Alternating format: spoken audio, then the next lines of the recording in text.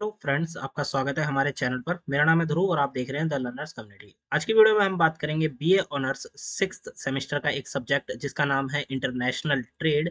आज की वीडियो में हम इस सब्जेक्ट के इंपॉर्टेंट क्वेश्चंस को देखेंगे, किस टाइप के क्वेश्चंस आपसे पूछे जा सकते हैं, क्योंकि आपका जो एग्जाम है सिक्स्थ सेमेस्टर का वो फर्स्ट टाइम होने जा रहा है, तो प्रीवियस ईयर के क्वेश्चन पेपर अभी अवेलेबल नहीं है।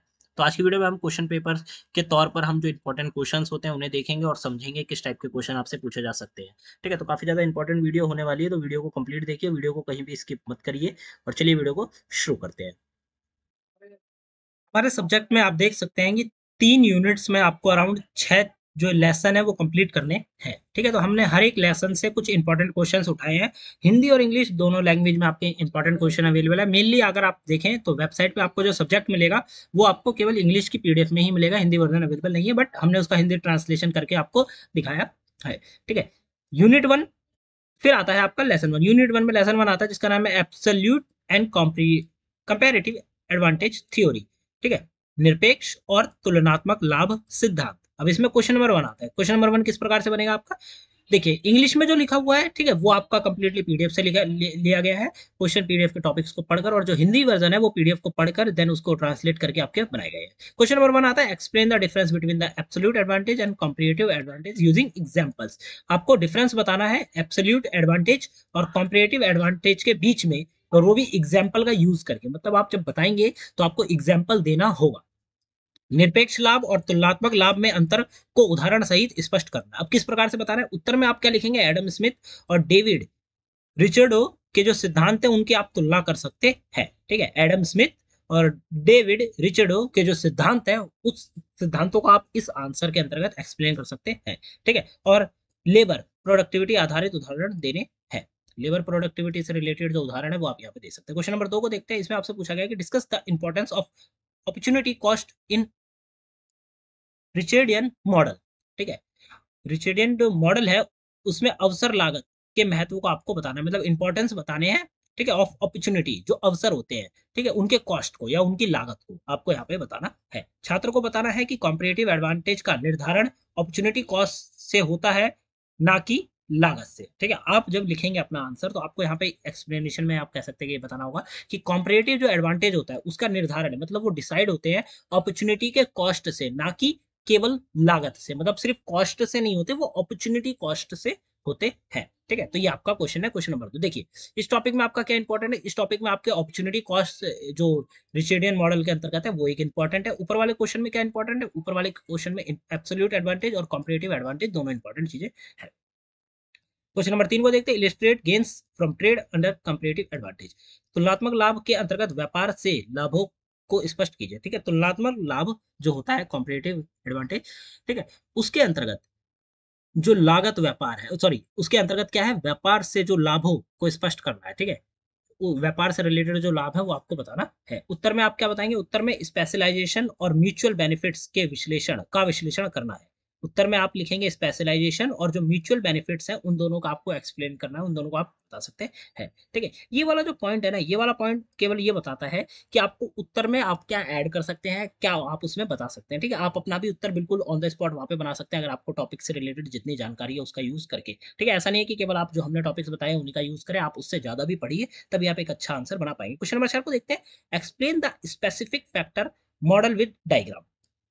ठीक है, विशिष्ट कारक मॉडल का आरेख सहित समझाइए। ठीक है, विशिष्ट कारक जो है उसको मॉडल मॉडल को आरेख, मतलब जो डायग्राम होता है उसके साथ आपको विशिष्ट मॉडल आरेख कारक को समझाना है। उत्तर में क्या बताइए, उत्तर में लेबर, लैंड एंड कैपिटल को फिक्स मोबाइल कारकों का विश्लेषण कर पीपीएफ का उपयोग करना होगा। मतलब एक प्रकार से आप ये कह सकते हैं कि यहाँ पे डायग्राम बनाना है आपको। ठीक है, और डायग्राम में विशिष्ट कारक मॉडल को आपको एक्सप्लेन करना है। ठीक है, तो ये आपका क्वेश्चन नंबर 4 हो जाता है। देखिए डायग्राम से रिलेटेड क्वेश्चन आने के चांसेस भी हैं, क्योंकि आपका जो चैप्टर है उसमें डायग्राम रिलेटेड भी चीजें कई सारी हैं, तो आपको डायग्राम रिलेटेड चीजें कवर अप करनी होंगी। लेसन नंबर 2 को देखते हैं, स्टैंडर्ड ट्रेड मॉडल। ठीक है, तो इसमें पहला क्वेश्चन आपका आता है कि मानक व्यापार मॉडल की प्रमुख मान्यताओं और संरचनाओं को स्पष्ट कीजिए। इंग्लिश में आंसर है कि explain the assumptions and structure of standard trade model. ठीक है, आप कह सकते हैं कि एक्सप्लेन करना है main assumptions and structure of standard trade model की। स्टैंडर्ड ट्रेड मॉडल का आपको ये बताना है। ठीक है, मान्यताओं को और संरचनाओं को आपको स्पष्ट करना है। क्वेश्चन नंबर 2 को देखते हैं। Discuss how relative price and term of trade are determined in the standard trade model. Standard trade model के अंतर्गत जो रिलेटिव प्राइस है वो और जो टर्म ऑफ ट्रेड है डिटरमाइन कैसे होते हैं ये आपको यहाँ पे बताना है। ठीक है, जैसे कि मानक व्यापार मॉडल में सापेक्ष मूल्य और व्यापार की शर्तें कैसे निर्धारित होती हैं ये आपको स्पष्ट करना है। उत्तर में डिमांड एंड सप्लाई इक्विलिब्रियम, ठीक है, ऑफर कर्व एंड टीओटी पर आप चर्चा करनी होगी या चर्चा आप कर सकते हैं इन टॉपिक्स के ऊपर, डिमांड एंड सप्लाई इक्विलिब्रियम के ऊपर, फिर ऑफर कर्व्स के ऊपर, ठीक है, आप इनके ऊपर बात कर सकते हैं अपने आंसर के अंतर्गत। आप नीचे वाले पॉइंट को केवल इस तौर पे देखिए कि आप इसका यूज करके आंसर बना सकते हैं, बट आपको आंसर में काफी डिटेल में और सारी चीजें लिखनी होंगी। ठीक है, तो आप जो कंप्लीट आंसर है क्वेश्चन है उसको पूरा का पूरा तैयार करिए, ना कि नीचे पॉइंट्स के आधार पर आप चीजें करिए। क्वेश्चन नंबर 3 को देखते हैं। Illustrate how growth affect trade using standard trade model. Illustrate how growth affects trade using the standard trade model. Standard trade model का यूज करके आपको बताना हाउ जो ग्रोथ है अफेक्ट ट्रेड, ट्रेड को कैसे अफेक्ट करती है ये आपको बताना। मानक व्यापार मॉडल के माध्यम से समझाइए कि आर्थिक विकास व्यापार को कैसे प्रभावित करता है। ठीक है, करता है। जो आर्थिक विकास है वो किसी बिजनेस या फिर किसी ट्रेड को किस प्रकार से जो है प्रभावित करता है वो आपको बताना है। ठीक है, यहाँ पे छात्र को प्रो ट्रेड और एंटी ट्रेड बेस्ड ग्रोथ का प्रभाव डायग्राम सही समझाना होगा। आप यहाँ पे डायग्राम भी बना सकते हैं। आप इसमें क्या बताएंगे, प्रो ट्रेड के बारे में बताएंगे, एंटी ट्रेड बेस्ड जो ग्रोथ है उनको आप बता सकते हैं। क्वेश्चन नंबर 4 को देखते हैं। इसमें पूछा गया explain the welfare effect of trade under the standard model. ठीक है, मानक मॉडल के अंतर्गत व्यापार के कल्याणकारी प्रभावों की व्याख्या कीजिए। ठीक है, आपको क्या करना है, वेलफेयर जो इफेक्ट्स होते हैं, ठीक है, उनको बताना है of trade under the standard trade model. Standard trade model के अंतर्गत जो वेलफेयर ट्रेड होते हैं उनके बारे में आपको यहाँ पे बताना है। तो उत्तर में आप क्या लिखेंगे, उत्तर में उपभोग का विस्तार, उत्पादन और विधिकरण और टीओटी के माध्यम से लाभों को दिखाना है। लेसन नंबर 3 आता है हेक्सचेयर ओल्हेम मॉडल। ठीक है, हेक्सचेयर ओल्हेम जो मॉडल है उसके बारे में बात करते हैं। क्वेश्चन नंबर 1 आता है state and example the exemptions of Heckscher Ohlin model. ठीक है, हेक्सचेयर ओल्हेम मॉडल की मान्यताओं को स्पष्ट कीजिए। जो मान्यताएं हैं इन मॉडल्स के अंतर्गत या जो हम कहें कि भाई एग्जेम्पशंस है उनके बारे में आपको यहाँ पे बताना है। उत्तर में समान तरीके, पूर्ण प्रतियोगी, दो देश दो वस्तु, कारक जो है अवधारणा, इन चीजों को आप यहाँ पे एक्सप्लेन कर सकते हैं। ये तो हिंदी में लिखा है, खैर आप इस क्वेश्चन को डायरेक्टली इंग्लिश में भी आप जो है तैयार करिए। ठीक है, तो इसके अंतर्गत आपको जो है हेक्सचेयर मॉडल जो ओल ओहलीन जो मॉडल है उसकी मान्यताओं को आपको स्पष्ट करना है। क्वेश्चन नंबर 2 का देखते हैं। Explain the Heckscher Ohlin theorem with suitable diagram. आपको यहाँ पे डायग्राम के साथ जो थ्योरम है उसको यहाँ पे एक्सप्लेन करना है। क्वेश्चन नंबर 3 आता है जिसमें पूछा गया what is factor price equalization theorem, discuss with implications. ठीक है, यहाँ पे आपको फैक्टर प्राइस इक्वलिज्म की जो थ्योरम है उसके बारे में बताना है और फिर उसको इम्प्लीकेशंस करना है। ठीक है, उसके डिस्कस विद इम्प्लीकेशंस, उसके प्रभाव को भी आपको यहाँ पे बताना है। ठीक है, कारक मूल्य समीकरण प्रमेय क्या है ये आपको बताना है और इसके जो प्रभाव है उनको भी आपको यहाँ पे बताना है। ठीक है, उत्तर में क्या जाना चाहिए, फ्री ट्रेड और विभिन्न देशों में जो फैक्टर प्राइस है उसको आपको यहाँ पे बताना है। क्वेश्चन नंबर 4 देखते हैं। Critically evaluate the Leontief paradox in context of HO model. ठीक है, एचओ मॉडल के संदर्भ में आपको क्या बताना है, लियोनेटिव जो विरोधाभास की आलोचनात्मक एक प्रकार से कहते हैं समीक्षा करनी है, उसको एक्सप्लेन करना है। ठीक है, लियोनेटिव पैराडॉक्स जो है उसको आपको एचओ मॉडल के संदर्भ में एक्सप्लेन करना है, उसको बताना है। तो ये आपका हो जाता है। यूनिट नंबर 2 आपका यहाँ से चालू हो जाता है जिसमें लेसन नंबर 4 आता है new trade theories and forms in a global economy. नई व्यापार सिद्धांत और वैश्विक अर्थव्यवस्था में फर्म जो है उनके बारे में बात करते हैं। क्वेश्चन नंबर 1 आता है what are the limitations of classical trade theories. Classical trade जो थ्योरीज हैं उनकी एक प्रकार से कह सकते हैं कि लिमिटेशंस या सीमाएं क्या है। ठीक है, आपको ये बताना है how do new trade theories address them. ठीक है, जो न्यू ट्रेड थ्योरी है एक प्रकार से कहते हैं कि नए व्यापार के जो सिद्धांत हैं, ठीक है, वो उनको किस प्रकार से एड्रेस करती हैं ये आपको यहाँ पे बताना है। ये हो जाता है। क्वेश्चन नंबर 2 को देखते हैं। Explain the role of increasing returns to scale the monopolist competitions in new trade theories.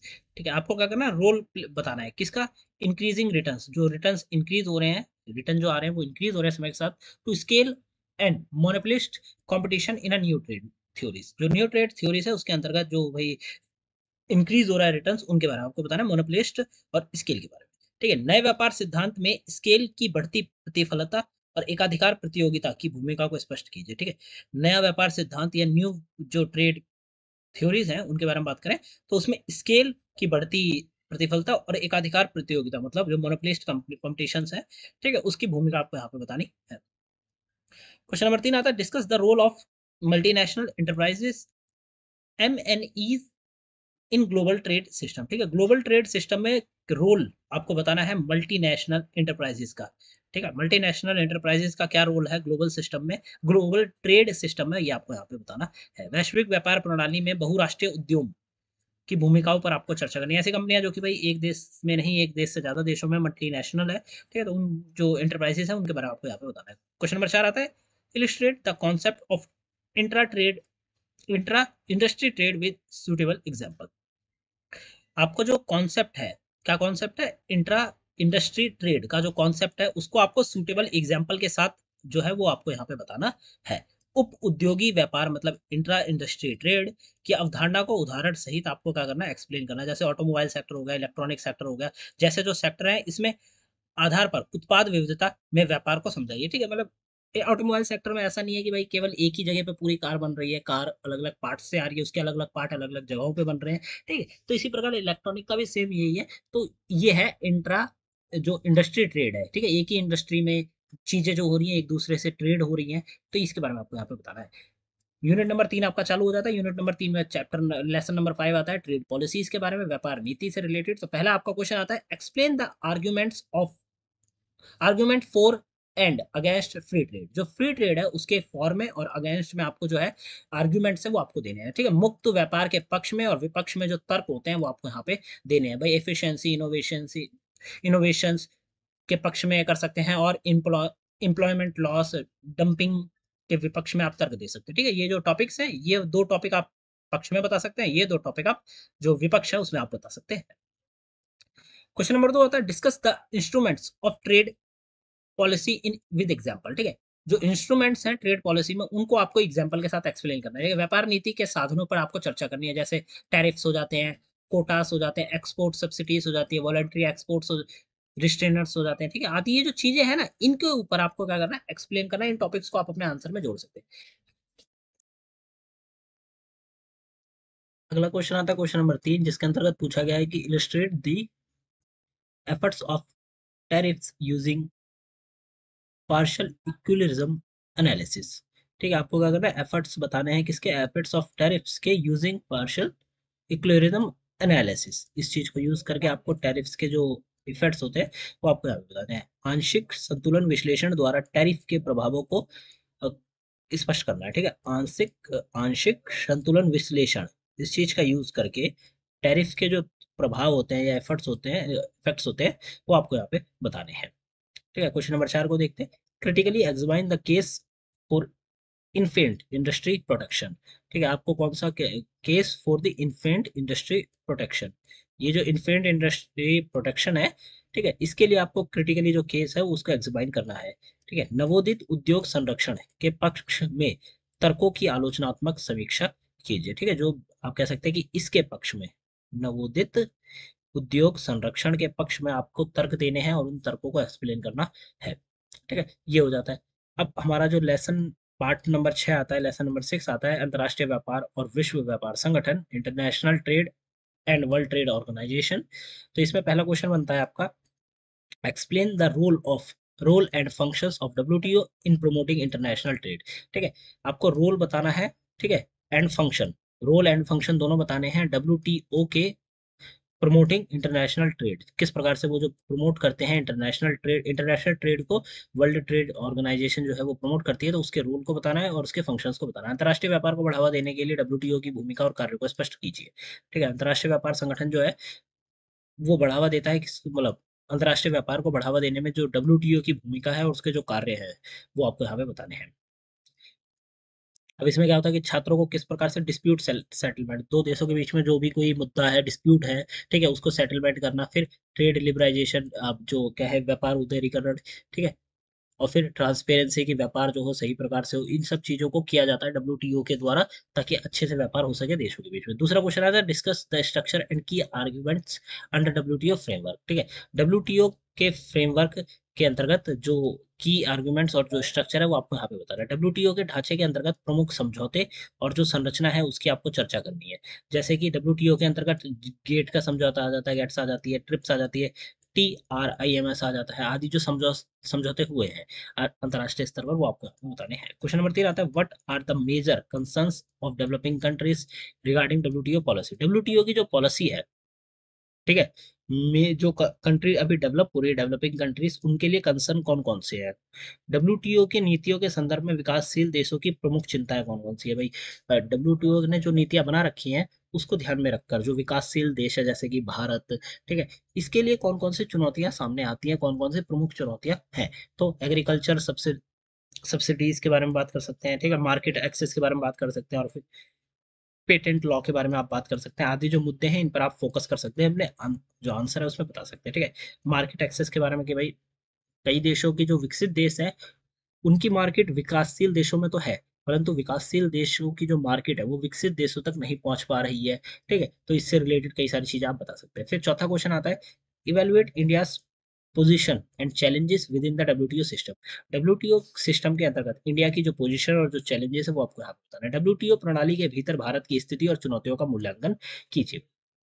Bharat की नीति जैसे खाद्य सुरक्षा, IPR विवाद और डिस्प्यूट पैनल में भागीदारी की चर्चा आप कर सकते हैं। इसमें इन सब चीजों के बारे में बता सकते हैं, ठीक है। तो ये हो जाता है आपके 4 इंपॉर्टेंट क्वेश्चन चैप्टर नंबर 6 से। तो यहाँ पे आपका जो कंप्लीट है वो चैप्टर को हम कहेंगे पूरी बुक से जो इंपॉर्टेंट क्वेश्चन है वो हमने कंप्लीट करा दिए। जितने भी इंपॉर्टेंट क्वेश्चन निकलते हैं वो सारे के सारे यही है, ठीक है। इससे भी ज्यादा हो सकते हैं, ऐसा नहीं है कि यही क्वेश्चन है, इनसे भी ज्यादा क्वेश्चन हो सकते हैं, बट आप इन क्वेश्चंस को अच्छे से प्रिपेयर करके जाइए। इनसे रिलेटेड भी कुछ पूछा जा सकता है, तो आपका जो आंसर है वो आप तैयार कर पाएंगे एग्जाम हॉल में, ठीक है, और आपको कोई दिक्कत नहीं होगी। बात करें, आप हमारे साथ इंस्टाग्राम पे जुड़ सकते हैं, लिंक आपको डिस्क्रिप्शन बॉक्स में मिल जाएगी। दो हमारे टेलीग्राम के चैनल्स अवेलेबल है, ठीक है, वहाँ पे आप जाके हमसे जुड़ सकते हैं। आपको कोई भी डाउट हो डायरेक्टली आप हमसे पूछ सकते हैं। चैनल को सब्सक्राइब करिए, अपकमिंग वीडियोस आपके लिए काफी हेल्पफुल रहेंगी। फिर हमारा जो ऐप का नाम है the learners community DUSL, app को डाउनलोड करिए, लिंक आपको डिस्क्रिप्शन बॉक्स में मिल जाएगी। ऐप में आपको काफी कुछ देखने को मिलेगा, ठीक है, नोट्स देखने को मिलेंगे, फिर हम कहीं क्वेश्चन पेपर देखने को मिल जाएंगे, NEP के सिलेबस देखने को मिल जाएंगे, स्टडी मटेरियल की लिंक्स आपको डायरेक्टली यहीं मिल जाएंगी। फिर आपको एक स्टूडेंट पैनल देखने को मिलता है, स्टूडेंट पोर्टल, जहाँ पे आपको ये सारी चीज़ें जो है लॉगिन का पेज, ठीक है, result update, admit card, day sheet, admission links और स्टडी मटेरियल अपॉइंटमेंट, ये सारी चीज़ें आपको हमारे ऐप में ही देखने को मिलेगी। आपको किसी वेबसाइट या फिर कहीं जाके ढूंढने की जरूरत नहीं होगी। तो ऐप को एक बार डाउनलोड करिए, ऐप को एक बार यूज करके देखिए, ठीक है। तो ये थी आपकी आज की वीडियो, मिलते हैं अगली वीडियो में। Thanks for visiting on my channel.